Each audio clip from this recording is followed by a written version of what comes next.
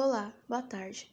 Nós iremos apresentar o esporte badminton. Os integrantes do grupo são Bianca Oliveira, César Puerta, Gabriele Fondero, Letícia Vieira, eu, Lohane e Tainá Vieira. Para dar início à apresentação, eu irei falar um pouquinho da introdução, onde eu vou explicar um pouquinho o que é badminton, de onde ele veio, por que o nome dele é assim, e em seguida eu irei explicar um pouquinho da adaptação que o badminton fez para aquelas pessoas que têm uma certa deficiência, ok? Vamos lá? Antes de tudo, o badminton ele tem um nome assim por conta de uma cidade que fica na Inglaterra. Como assim uma cidade que fica na Inglaterra? Ele tem a origem indiana, só que os indianos levaram para os oficiais ingleses que na Inglaterra, em uma cidade com o nome Badminton. Aí eles colocaram, como ele foi, o primeiro lugar onde que ele foi levado foi para a Inglaterra, com o nome Badminton, né? A cidade tinha o nome de Badminton. Eles colocaram essa modalidade, começaram a ter essa modalidade lá, então colocaram o nome de Badminton. E atualmente ele ainda continua com o nome e ninguém mudou e nem nada. Bom, o badminton nada mais é que um esporte jogado individualmente ou em dupla. Em uma quadra dividida por uma rede no meio, ele também é muito parecido com o tênis, só que a diferença é que ao invés da bolinha amarela, o objeto rebatido é uma peteca. Enfim, vamos recapitular o que eu falei rapidinho. Vamos lá. O badminton é um esporte jogado individualmente, em dupla, em uma quadra dividida por uma rede, jogado por uma raquete e uma peteca.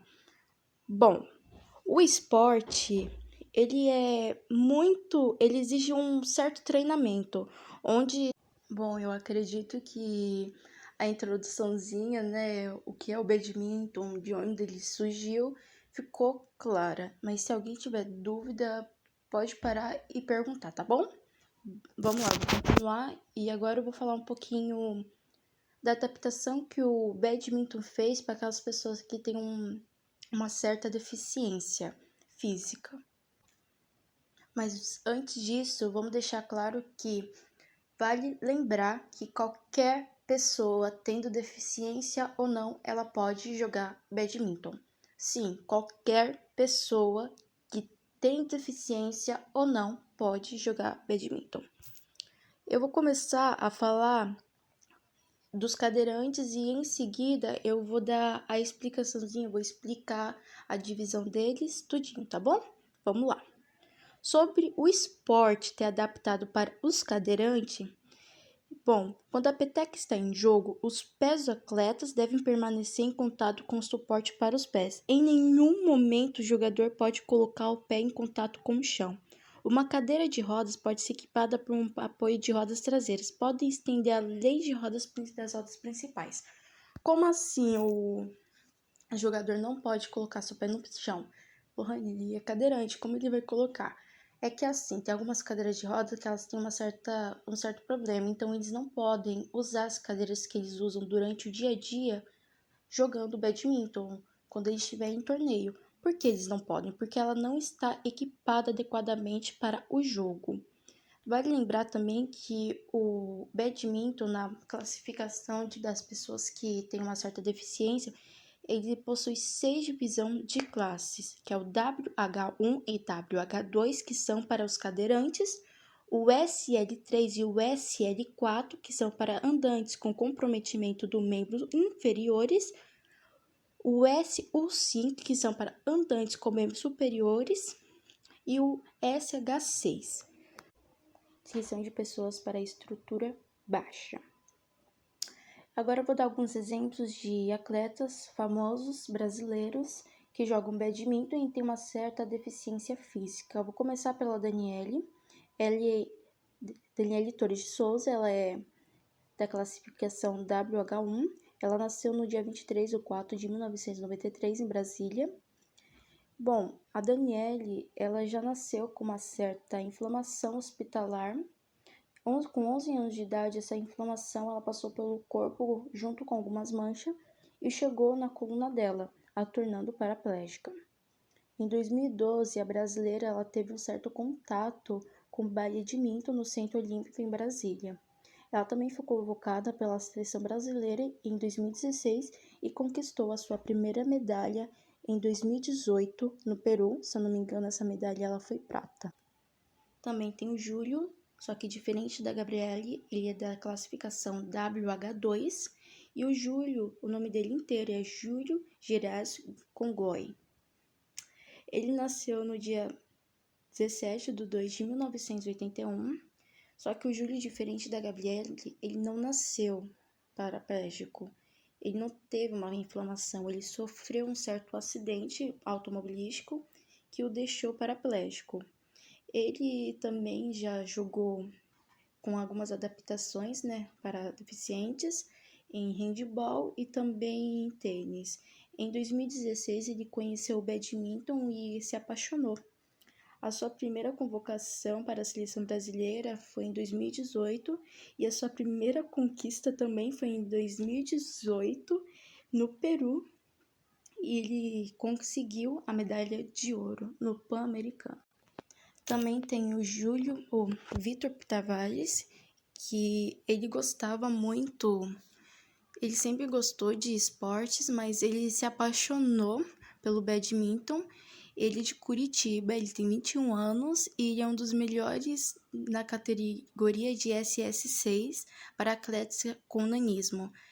Ele ganhou várias medalhas no Pan-Americano também e ganhou a medalha de ouro nos Paralímpicos de Tóquio. Agora eu vou falar sobre as confederações, só que antes eu vou dar uma breve introdução. O badminton surgiu na Inglaterra no século XIX, inspirado em um jogo indiano chamado Pona. Seu nome vem da casa de um duque chamado Badminton, um suposto local onde o jogo foi jogado pela primeira vez. Se tornou tão popular que em 1934 a Federação Mundial foi criada. No começo possuía apenas 9 países membros, porém atualmente tem 176 membros espalhados pela Ásia, Europa, África e América. Já a Confederação Pan-Americana foi fundada em 1976 na Cidade do México. Atualmente ela possui 34 países membros.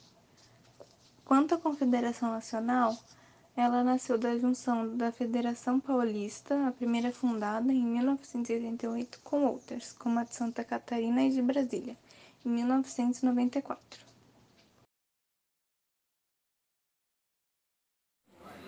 Bom, eu vou falar sobre a parte técnica do badminton. Eu vou começar com seus fundamentos, né? Que dentro do badminton existem 8 tipos de fundamentos que são usados nos seus movimentos, seus ataques, golpes e etc. O primeiro é o saque, que ele é usado assim, tipo, quando a bola ela é jogada em forma diagonal, que ela tem essa trajetória cruzada. Tem a empunhadura, que é o modo correto de segurar a raquete. Clear, que é usado para defesa. O drop, ele tem o objetivo de lançar a bola, a peteca, perto da rede. O smash é quando a peteca ganha velocidade. O drive é quando a peteca foi lançada e ela tá, tipo, na altura dos ombros do jogador. O lob, ele é quase a mesma coisa que o drop. A diferença é que o lob é usado mais tipo como uma defesa de quando a peteca é lançada próxima à rede. E tem o net shoot, que é para devolver a bola perto da rede, mas isso é usado para dificultar a defesa do seu adversário. Aí tem os seus treinamentos. O treinamento funcional, aquilo que a gente conhece, que a gente já sabe, que é correr, pular, agachar, etc. Que também envolve, a flexibilidade, resistência, agilidade, entre outros. E o seu treino em circuito, normalmente, envolve de 8 a 10 exercícios de musculação, exercícios anaeróbicos ou também cardiovasculares. Aí também, no badminton, tem suas competições. E nessas competições, 4 são internacionais e uma é nacional, né? Aqui no Brasil. A primeira é BWF Thomas Cup, que é uma competição entre equipes masculinas. BWF Uber Cup, que é entre equipes femininas. O BWF Sudmer Cup é entre equipes mistas. Aí tem o Yonex Grand Prix de badminton e o Campeonato Brasileiro de Badminton. Aí tem algumas fotos de algumas dessas competições, né? A primeira foto é uma equipe da China que enfrentou o Japão e venceu, e aconteceu lá em 2018 na Tailândia. A segunda foto é uma equipe feminina do Japão, né? Que eles competiram contra a Tailândia. Isso aconteceu em 2018. E essa equipe feminina japonesa venceu. A terceira foto é um grupo misto lá da Coreia do Sul, que eles competiram contra a China em 2017. E eles ganharam, o que foi bastante chocante. E também tem a quarta foto, que é a equipe aqui do Brasil, de São Bernardo, que eles conquistaram 10 medalhas no Campeonato Brasileiro de Interclubes do Badminton. Aconteceu em dezembro, se eu não me engano, em 2019, lá em Santa Catarina. Eles ganharam e é só isso mesmo. Bom, existem dois tipos de petecas. Tem a tradicional, que é feita com penas de ganso, e tem as sintéticas, que são feitas de nylon. Ambas possuem uma base esférica que contém um pequeno peso de chumbo, pois sem ele a peteca seria muito leve. São fixadas 16 penas na base e, no caso das petecas de nylon, uma espécie de saia, como vocês podem observar na foto. Bom, agora falando da raquete, é bom lembrar que ela é muito leve, de 85 a 110 gramas. As cordas dela são sintéticas e a tensão e rigidez depende muito de cada jogador. As cerdas da área de impacto da raquete são feitas para aguentar impactos de 7 a 11 kg. A empunhadora também depende bastante das necessidades de cada jogador, podendo ser mais fina ou mais grossa. Bom, o campo do badminton é um retângulo constituído pela área de serviço longo para singulares, áreas de serviço longos para pares, de direita a esquerda, área de serviço curto, postes e rede. O campo retangular, ele tem 13,40 metros por 5,18 metros para jogos singulares e 13,40 metros por 6,10 metros para jogos pares, limitados por duas linhas laterais e duas linhas de serviço, dividido ao meio por uma rede. A rede está a 1,55 metros do chão. O lugar onde o jogo ocorre deve ser sempre fechado, já que a peteca é muito influenciada pelas correntes de ar, devido a seu pouco peso. Em questão a vestimenta, não tem bem um rótulo. A roupa apenas precisa ter uma boa liberdade de movimento, respirabilidade e muita leveza. Em relação aos sapatos, é importante ele ser bem confortável, flexível e acolchoados no interior. Também é recomendado o uso de proteções como cotoveleiras, tornozeleiras e joelheiras, para evitar lesões, principalmente nos tendões. Agora eu vou falar sobre as marcas que confeccionam material esportivo. Temos como principal a Yonex, que aparece diversas vezes nos materiais usados pelos atletas do badminton durante as Olimpíadas, indo desde as roupas até o material usado no jogo, como as raquetes e as petecas. É comum aparecer também outras marcas como a Volo, que é conhecida internacionalmente, por produzir materiais de alta qualidade. E outra que também aparece de vez em quando é a Wilson, que é mais voltada para o tênis e o basquete, mas que também faz materiais para o badminton. Agora eu vou falar sobre o doping. O doping é o ato de ingerir substâncias químicas para que melhorem os seus níveis musculares e perceptivos durante o jogo, assim melhorando sua performance. Esse é considerado trapaça, principalmente nas Olimpíadas, claro. Por isso, tem que ser feito o exame, antes e depois da competição oficial, onde coletam uma amostra de sangue ou urina. Se for detectada alguma substância não comum do organismo, o atleta é desclassificado. E, como é época de pandemia, é obrigatório o teste para saber se todos os membros estão ou não contaminados com o coronavírus. Para isso, é coletada uma amostra de sangue ou fluido nasal da garganta. Existe também o teste rápido, logo antes dos jogos, onde se confere a temperatura do atleta. Vale ressaltar que Tóquio não vai exigir a quarentena dos atletas para os Jogos.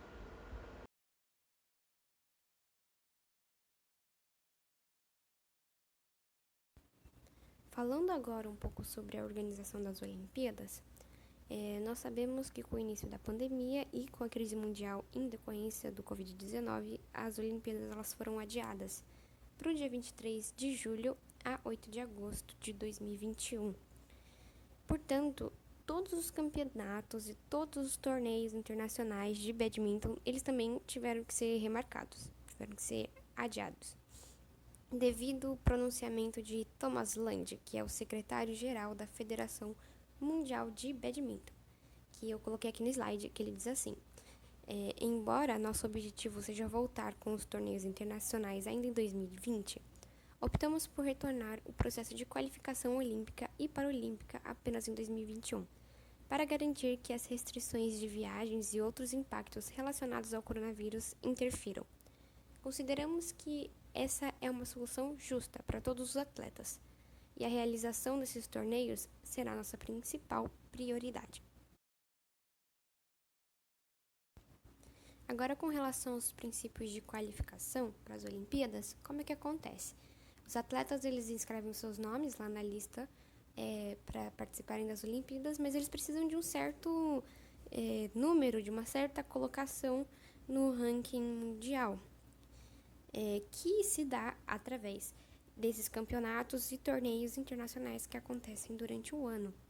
Mas, como ano passado todos eles tiveram suas datas prorrogadas, todos eles não aconteceram devido à pandemia, então todas as classificações que haviam até então, elas ficaram congeladas. Continuou sendo aquilo, porque não houveram novos campeonatos, né, para estabelecer outras classificações. Portanto, um exemplo disso, né, nós temos o brasileiro Igor Coelho, que permanece entre os 50 melhores da modalidade.